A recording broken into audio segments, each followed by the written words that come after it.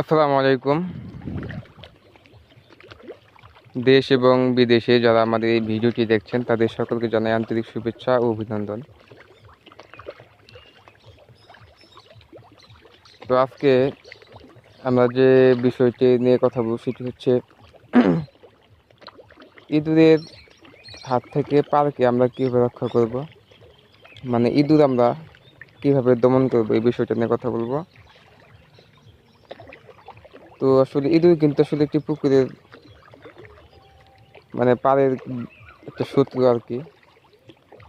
তো ইঁদুর কিন্তু আসলে পুকুরের পাড়ে একদম গর্ত করে একদম চিহ্ন বিচূর্ণ করে ফেলে, যার ফলে কিন্তু যখন বৃষ্টির সময় হয় মানে বর্ষা যখন আসে তখন কিন্তু ওই ইঁদুরের গর্ত দিয়ে পানি পাস হয়ে কিন্তু আসলে পাড়ের অনেক ক্ষতি হয়। বিশেষ করে নতুন যে পাড়গুলো থাকে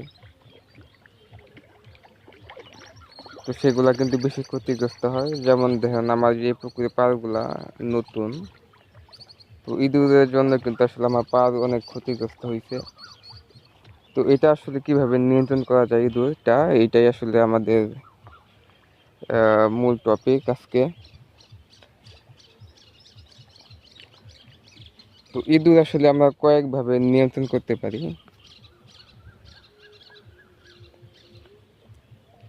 প্রথমত আমরা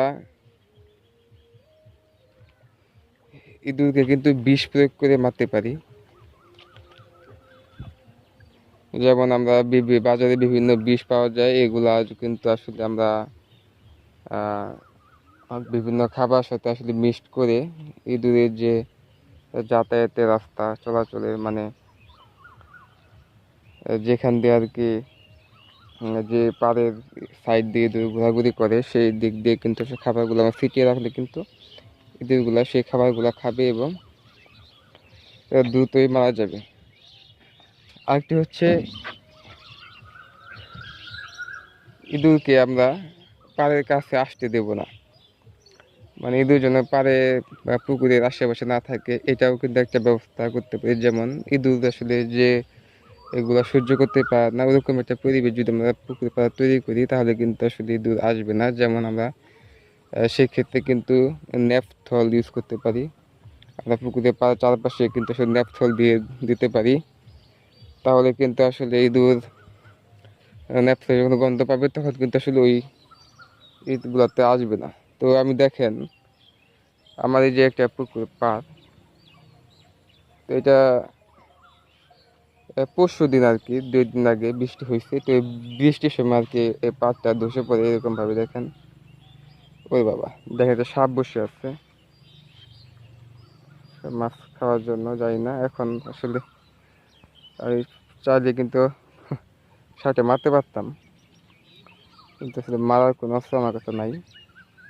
তো যাই হোক, তো দেখেন এই যে পাটটা কিন্তু আসলে ইঁদুরের কারণে আসলে ক্ষতিগ্রস্ত হয়েছে। ইঁদুর আসলে করতে গিয়ে দেখেন এই যে কলার চাল এইদিকে, তো কলা চাল এই যে দেখা যাচ্ছে সাদা সাদা, মানে যেখানে ঘাস নেই আর কি, এগুলাতে গর্ত করছিল। তো আমি এই গর্তগুলো আসলে মাটি দিয়ে মুজিয়ে দিই, মানে গর্তগুলো মুঞ্জাই দিই আর কি।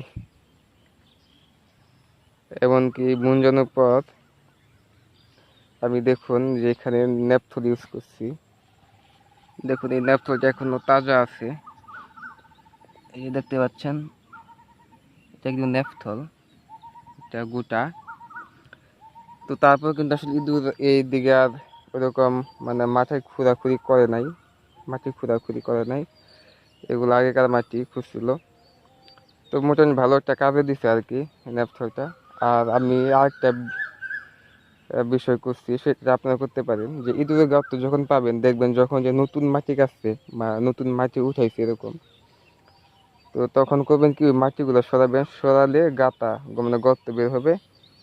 তো গর্ত বের হলে কিন্তু আসলে বাজারে গ্যাস ট্যাবলেট পাওয়া যায়, তো ওগুলা গ্যাস ট্যাবলেট আপনারা গর্তের ভিতরে ঢুকিয়ে দিয়ে কাদা মাটি দিয়ে উপরে লেপ দিয়ে দিবেন। তো যদি গর্তের মধ্যে ইঁদুর থাকে সেক্ষেত্রে কিন্তু গ্যাসের ইয়েতে কিন্তু ইঁদুরটি মারা যাবে। তো এরকম একটা কাজ আমি করছি। আমি কয়েকটা এইখানে কিছু গর্ত ছিল, যে গর্তগুলোতে আমি গ্যাস ট্যাবলেট ইউজ করি। তার ফলশ্রুতিতে কিন্তু আজকে বিকেলে দেখেনি যে এই দুইটা কিন্তু মারা যায়। ওদেরকে এখানে ফেলায় রাখছি, অন্যদিকে সরাই নাই, কারণ অন্যান্য ইঁদুর যখন এই দিক দিয়ে চলাফেরা করবে তখন যদি ইঁদুরটাকে দেখতে পায় মরা অবস্থায়, তো ইঁদুর কিন্তু আসলে একটা সংঘবদ্ধ একটা স্তন্যপায়ী জীব। এরা কিন্তু আসলে সংঘবদ্ধভাবে বাস করে। তো যখন অন্য ইঁদুর দেখবে যে ওদের একজন সদস্য এইভাবে মারা গেছে, তখন কিন্তু ওরা ভয় পেয়ে এখান থেকে পালায়ন করবে, মানে এই পাড়ের আশেপাশে থাকবে না। তো তাহলে ইঁদুর দমন করার কিন্তু 3টি উপায় আমাদের কাছে রয়েছে। একটি হচ্ছে যে আমরা ন্যাপথলিন ইউজ করতে পারি, বা গন্ধ জাতীয় অনেক কিছু যেমন রসুন এগুলো দিতে পারি পুকুর পাড় দিয়ে, তাহলে কিন্তু ওই গন্ধের কারণে ইঁদুর ওই আশেপাশে আসবে না। আরেকটা হচ্ছে যে আমরা ইঁদুরের গর্তে গ্যাস ট্যাবলেট ইউজ করে ইঁদুরকে একদম চিরতরে নিপাত করতে পারি, মারতে পারি। আরেকটা হচ্ছে যে আমরা বিভিন্ন বিষ বা ঔষধ, বিষ জাতীয় ওষুধ পাওয়া যায়, সেটা লিকুইড বা পাউডার, সেই পাউডারগুলোই বেশি বেশি ইউজ হয়। তো ওই পাউডারগুলো কিন্তু আমরা আসলে পুকুর পাড়ে খাবার সাথে মিশিয়ে একদম ছিটিয়ে দিতে পারি। তো সেক্ষেত্রে কিন্তু ওই খাবারগুলো যখন ইঁদুর খাবে তখন কিন্তু ইঁদুর সঙ্গে সঙ্গে মারা যাবে। তো আমি যদি একটি ইঁদুর মারতে পেরেছি, আশা করি আপনারা যদি এই থিওরি অবলম্বন করেন তাহলে আপনারাও ইঁদুর মারতে পারবেন। তো দেখেন আমি দেখাচ্ছিলাম কিন্তু আমার পাটটা, তো নতুন কোনোভাবে কিন্তু সেটা ইঁদুর মাটি ওঠায় নাই, একদম পরিষ্কার। তো আপনারাও এই বিষয়টা ইউজ করবেন। আর ইঁদুর কিন্তু আসলে খুব মারাত্মক একটা জিনিস। ইঁদুর যদি দমন না করতে পারেন তাহলে কিন্তু আপনার পুকুরের পাড়ের অবস্থা একদম খারাপ হয়ে যাবে। আর পুকুরের পাড়ের খারাপ অবস্থা মানে পুকুর সংস্কার কিন্তু বিশাল একটা অর্থ আপনার ব্যয় হবে।